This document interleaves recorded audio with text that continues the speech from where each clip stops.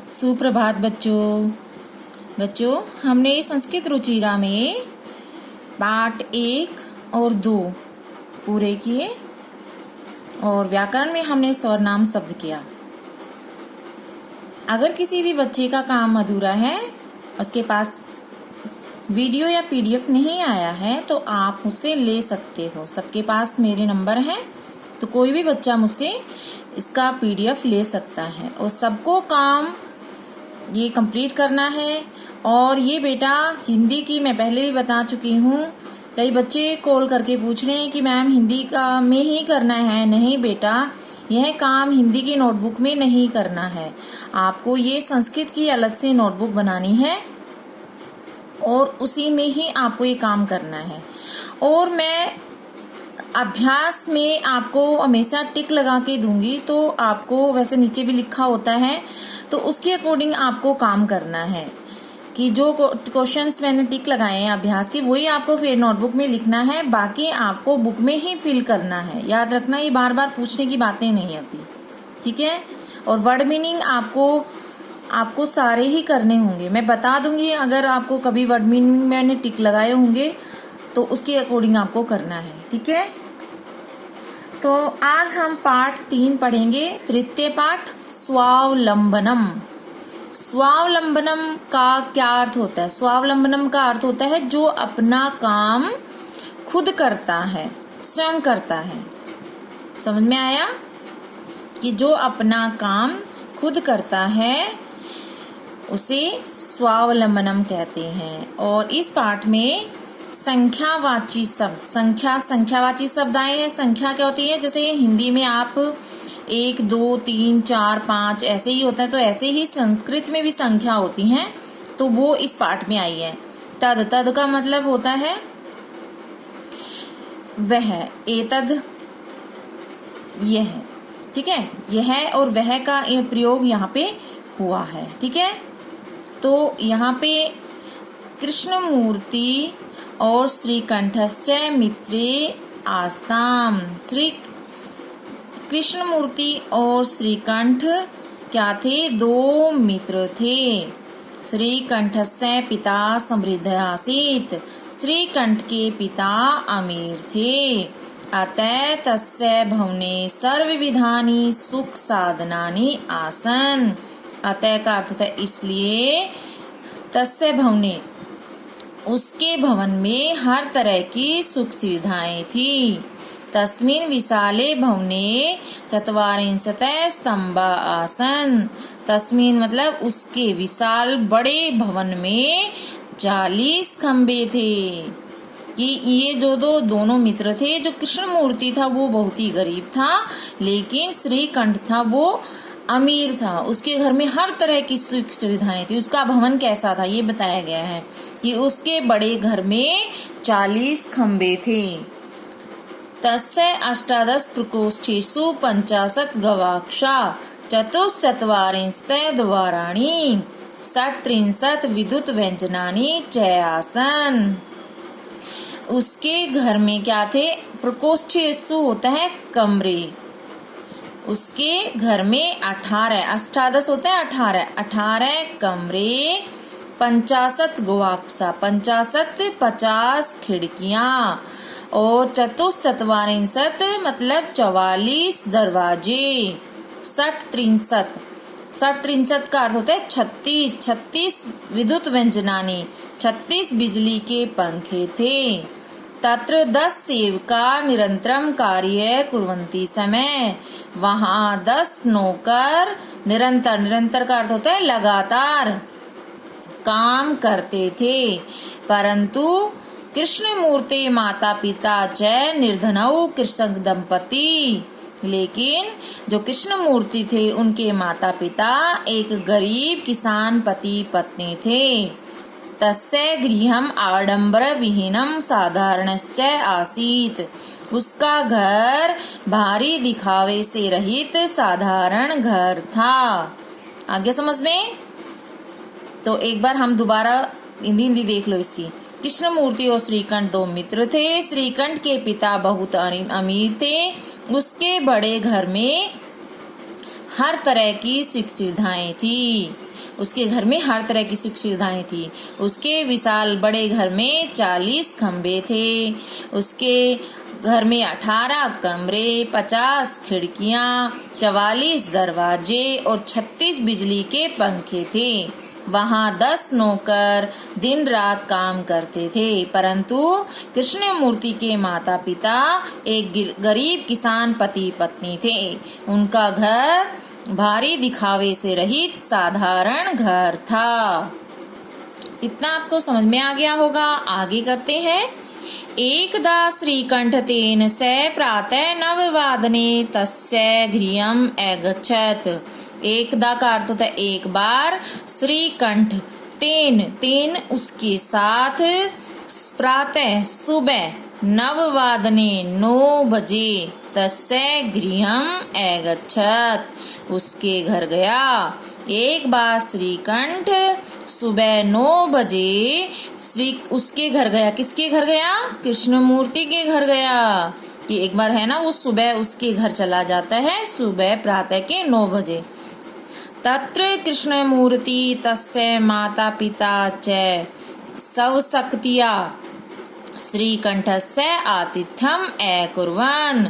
तत्र का अर्थ होता है वहां, कृष्णमूर्ति, तस्य मतलब उसके माता पिता ने, सवशक्तियां मतलब अपने सामर्थ्य के अनुसार, क्योंकि जो कृष्णमूर्ति था वो गरीब था भाई, उसके घर में जितना उससे हो सकता था। अब ये तो नहीं है कि वो उसकी तरह ड्राई फ्रूट रखेगा या बर्फी रखेगा भाई, जो भी था उसके पास, चाय थी, जो भी उसके मतलब जो भी वो दे सकता था, जितना उसका सामर्थ्य था उसके अनुसार उसने उसका आतिथ्य मतलब श्रीकंठ का अतिथि सत्कार किया।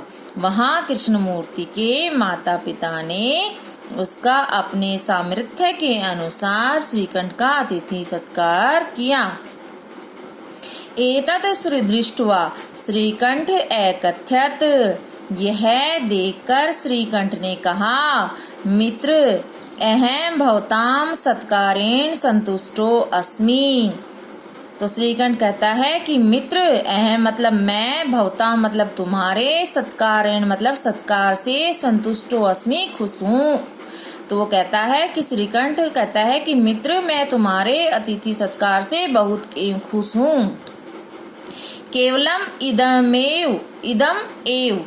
इदम एव का अर्थ होता है कि मुझे केवल इस बात का दुख है कि तुम्हारे घर में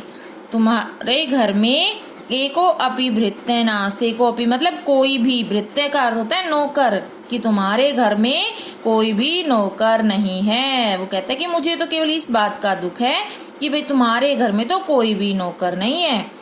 मम सत्काराय भवताम बहु कष्टम जातम। मम मेरे, सत्काराय मतलब सत्कार के लिए, भवताम तुम्हें, बहुत कष्ट मतलब दुख, जाता मतलब हुआ, मेरे सत्कार सम्मान के लिए तुम्हें बहुत कष्ट हुआ। मम गृहे तु भव्य कर्मकरा सन्ति। मेरे घर में, मम मतलब मेरे, गृहे घर में, तो भव्य बहुत से कर्मकरा नौकर, सन्ति का अर्थ होता है कि मेरे घर में तो बहुत सारे नौकर हैं। तदा कृष्णमूर्ति अवदत्। तब कृष्णमूर्ति ने कहा, मित्र, ममापि अष्टौ कर्मकरा सन्ति। वो कहता है कि भाई मेरे पास भी 8 नौकर हैं। ममापि मतलब मेरे, अष्टौ मतलब 8, कर्मकरा नौकर, सन्ति मतलब हैं, कि मेरे पास भी 8 नौकर हैं। अब वो कृष्णमूर्ति मतलब कौन से 8 नौकरों की बात करता है, ठीक है, ये बताया जाएगा। तो एक बार हम दोबारा से इसकी हिंदी देख लेते हैं। एक बार श्रीकंठ उसके साथ सुबह 9 बजे उसके घर गया, कृष्णमूर्ति के घर गया। वहां कृष्णमूर्ति के माता पिता ने अपने सामर्थ्य के अनुसार श्रीकंठ का अतिथि सत्कार किया।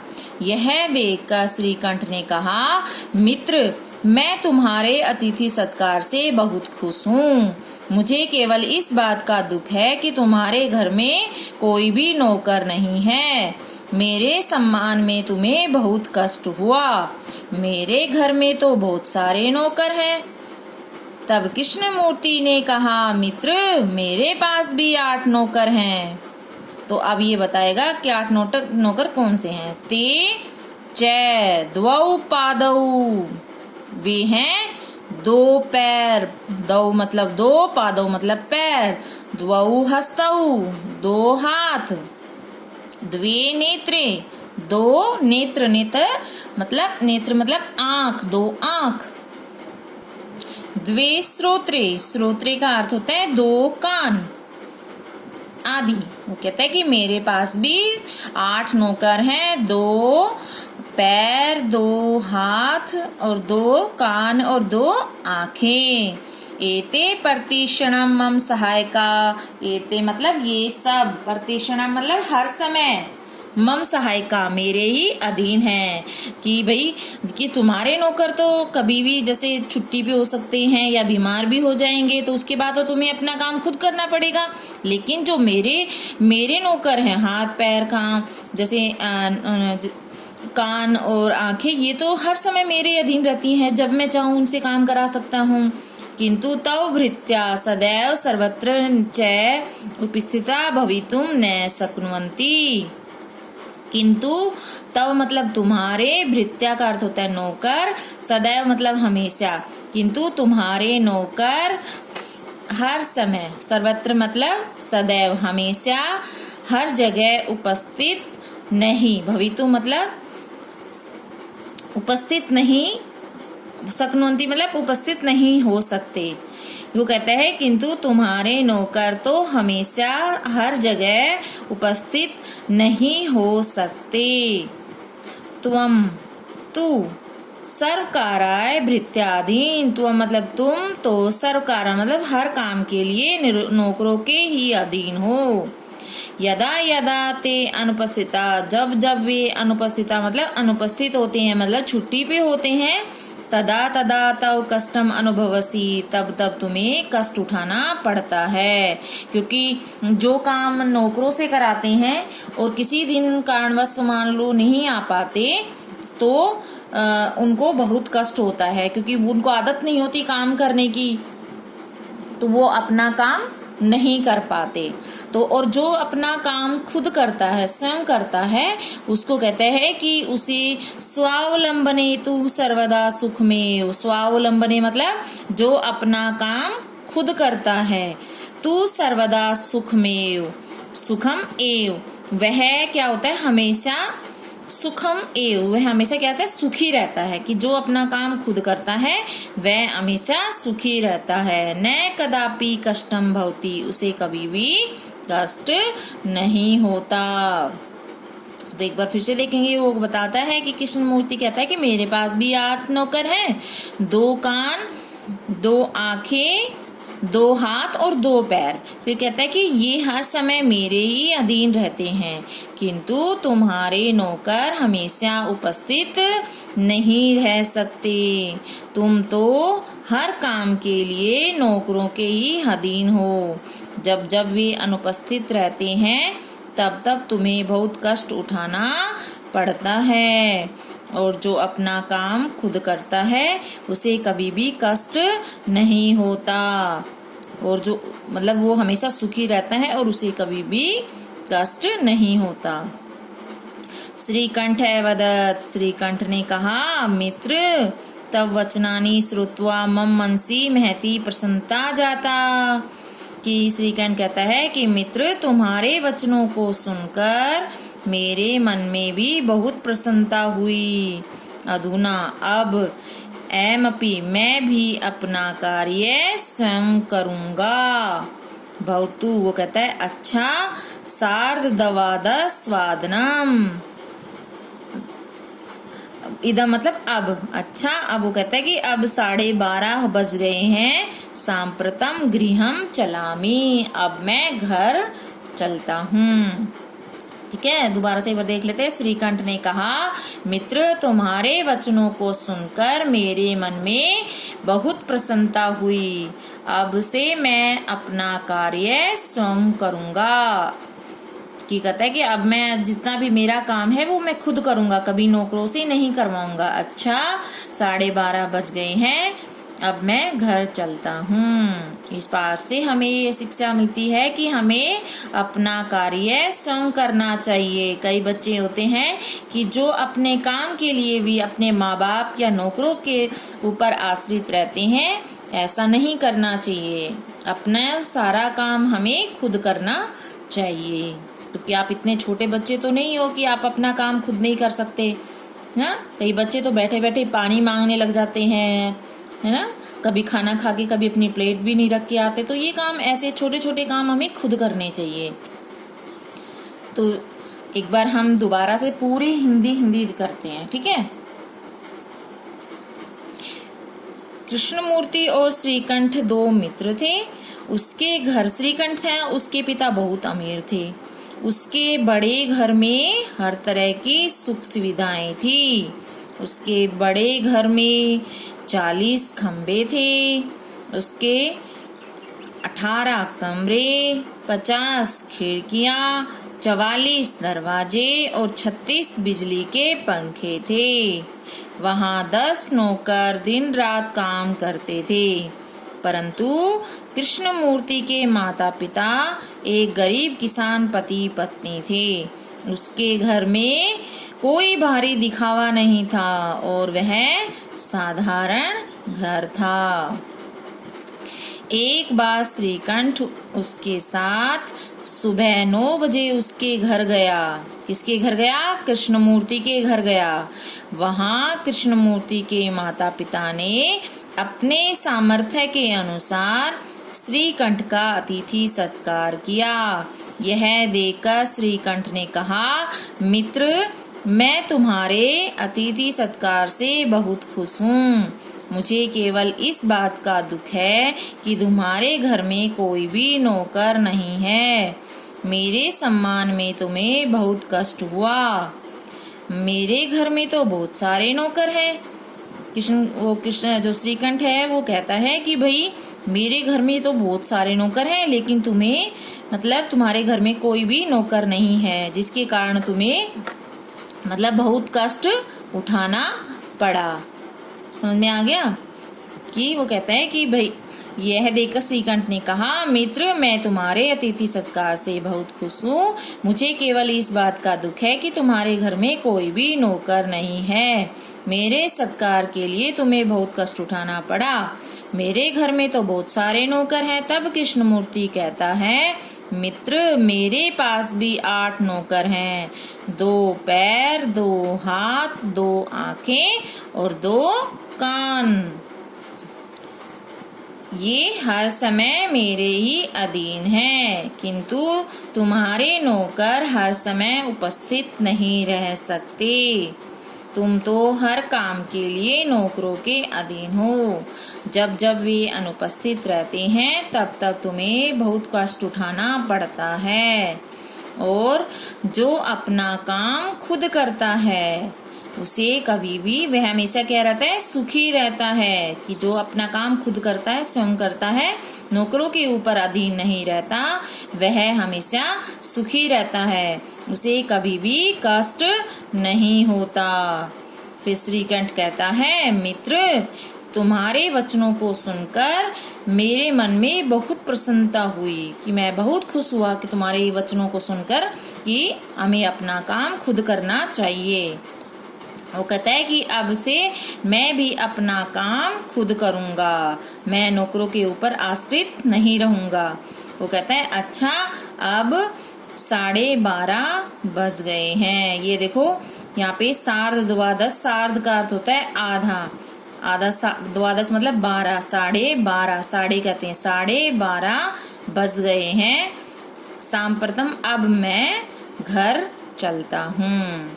तो ये आपको पाठ समझ में आ गया होगा बच्चों। मैं जो भी वीडियो भेजती हूँ आपको, तो आप उसको देखा करो। ज्यादातर मैंने देखा है कि अधिकतर बच्चे, जो अच्छे बच्चे, वही देखते हैं। कई बच्चे तो देखते ही नहीं है वीडियो।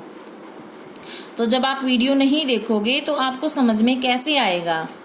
और आप अब केवल PDF ही कर लेते हो। बेटा, आपकी हिंदी की क्लास होती है तो उसमें आप संस्कृत के बारे में भी मुझसे पूछ सकते हो, ठीक है। आप वीडियो में जो भी लाइन आपको समझ में नहीं आती है तो आप दोबारा से मेरे से हिंदी की क्लास में पूछ सकते हो, ताकि आपको ये अच्छे से समझ में आ जाए। ठीक है, और सब आपको ये सारा मतलब इसको चैप्टर को अच्छे से रीड करना है। ठीक है, अब हम इस पाठ के शब्दार्थ और अभ्यास करेंगे।